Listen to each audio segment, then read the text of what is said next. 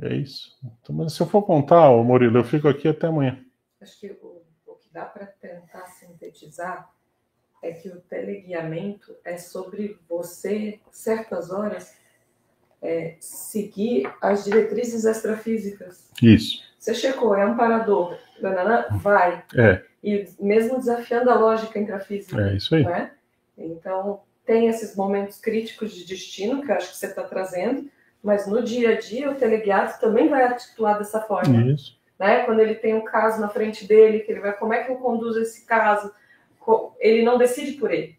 Isso. Na decisão, no fundo, não é só dele. Isso. Ele vai fazer uma interlocução com os amparadores, ele vai ter essa interlocução. Isso. Né? E da mesma forma que ele pede as diretrizes e as orientações, às vezes essas diretrizes e orientações vêm de top-down porque tem uma emergência. Então tem um fluxo, né?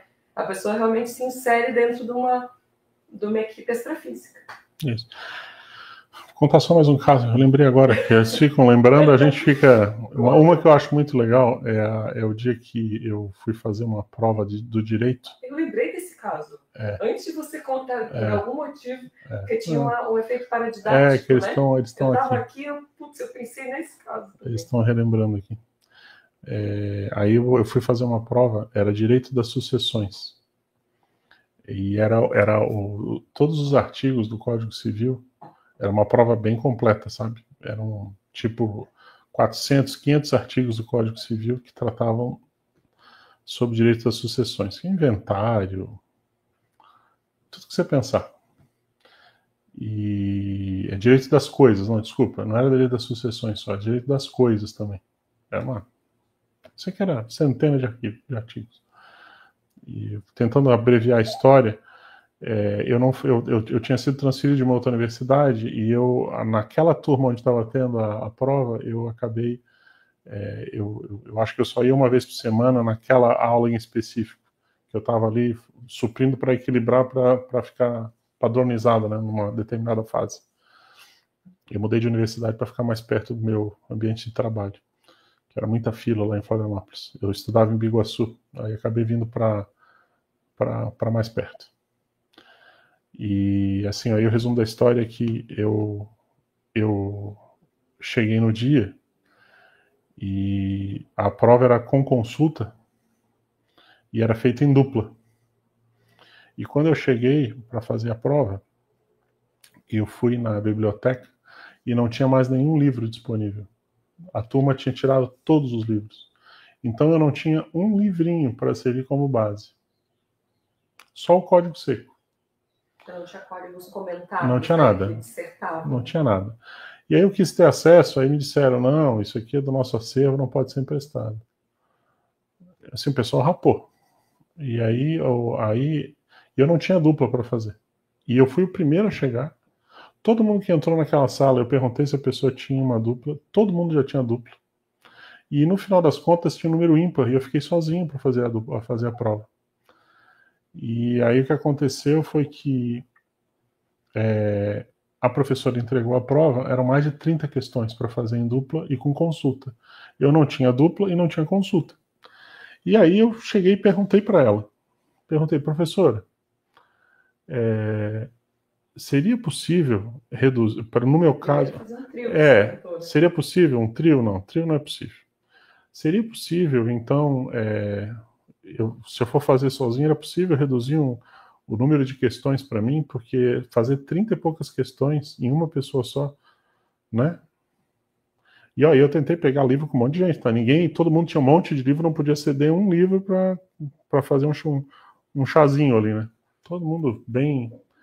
Mas aí o resumo é que eu peguei e o que me marcou é que ela deu uma gargalhada, meio assediadora, e falou, isso não é problema meu, azar o seu, se você ficou sozinho. Eu pedi para ela tirar das 30 questões, deixar que fosse 20, podia ser eu falei ainda bem assim, pode ser as mais difíceis, mas ela não aceitou. E aí o que aconteceu foi que eu tinha que fazer a prova e eu pensei, vou encarar. E na hora que eu peguei a caneta, eu senti o amparador dizendo, eu vou lhe ajudar. Só que você tem que confiar. E aí eu peguei a primeira questão, era tudo discursiva, não era nada dessa, tudo discursivo. Peguei a primeira questão, na hora que eu li, veio assim a resposta, mas o mais impressionante é que vinha a resposta e vinha um artigo, conforme artigo tal. Aí eu peguei peguei assim, eu fiquei tão impactado com a primeira resposta que veio, quase como se fosse um processo de psicografia, vai, né? Não vou dizer que é pangrafia, porque não era uma psicografia, tinha meio uma incorporação ali que eu tinha. Aí eu lembro que eu fui olhar e na hora que eu olhei a resposta e o artigo, eu pensei, nossa, faz todo sentido. Pensei, e aí nessa hora eu ouvi bem claro, você não pode ficar consultando e conferindo tudo, senão vai perder o efeito paradidático. Que a gente quer dar um impacto na turma para mostrar, entendeu? Você tem que confiar. Vai que é tua, tipo assim. Cara, eu fechei os olhos, botei a mão assim, tipo como a gente vê o pessoal médio psicografia fazer, peguei a caneta e comecei. Mas ó, eu assim, ó, eu não nem lia. Tipo, comecei a escrever assim, eu tava com o olho fechado, fiz uma folha, fiz duas, fiz três, fiz quatro. Eu me lembro que eu fiz umas 5 páginas de Almaço. Eu tinha achado essa prova quando eu fiz a mudança da Altamira Guimarães. Uma hora eu vou encontrar isso. Deve estar em algum lugar que eu não achei ainda. Que às vezes eu acho essas coisas no meio da muita selva, né? Aí eu sei que eu peguei e eu fui olhar e eu fui conferir. E nessa hora eu ouvi bem, não, nada de conferir. Confia. Aí eu fiquei meio constrangido, levantei. Eu me lembro que eu fiz essa prova em 30 minutos, mais ou menos. 33 minutos, uma coisa assim. Dava 1 minuto por questão. E na hora que eu fui entregar para a professora, ela olhou, deu uma risada. E aí, desistiu?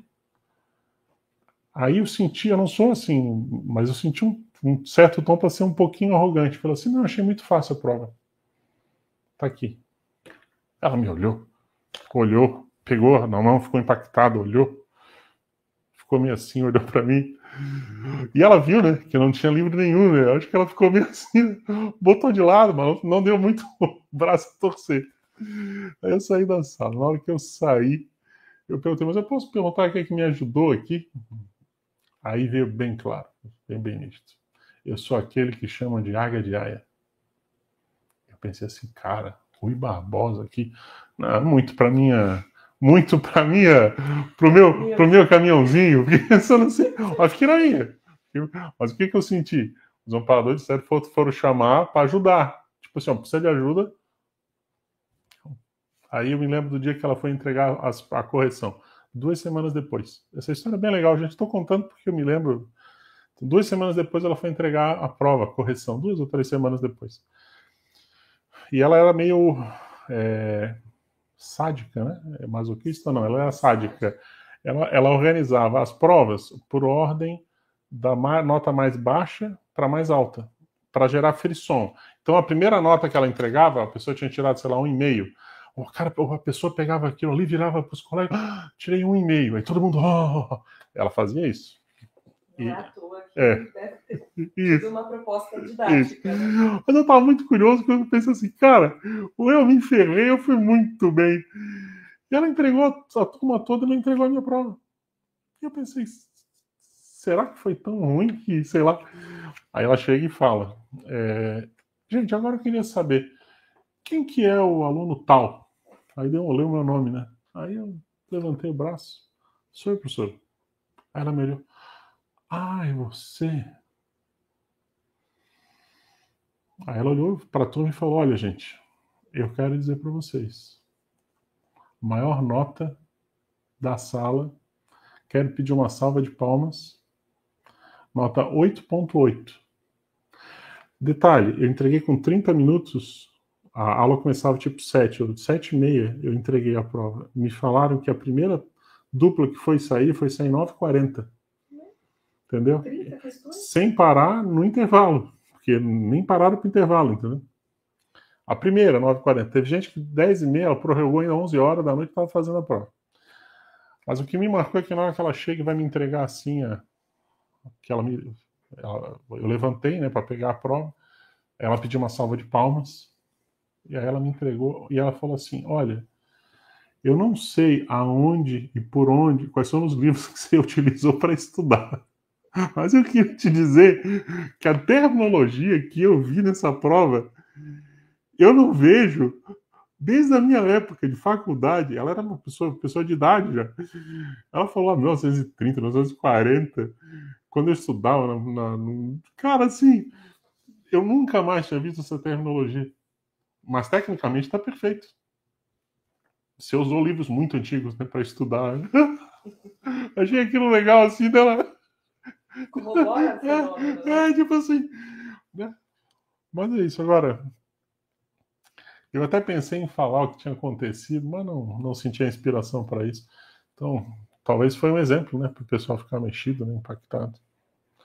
Então, para mim, ô Murilo, tudo isso é um processo, às vezes, de teleguiamento, mas às vezes é pontual, né? Não que você atue como teleguiado 24 horas do dia. Então, às vezes, em algum momento, mas você tem que confiar na equipe astrofísica.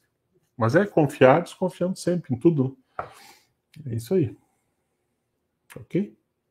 Poderia falar muito sobre esse tema, né? Eu já fiz calepino sobre isso. Teleguiamento autocrítico, ou teleguiado autocrítico. O pessoal da monitoria pode procurar e botar aí que vai ter. Vou avançar, senão eu não saio daqui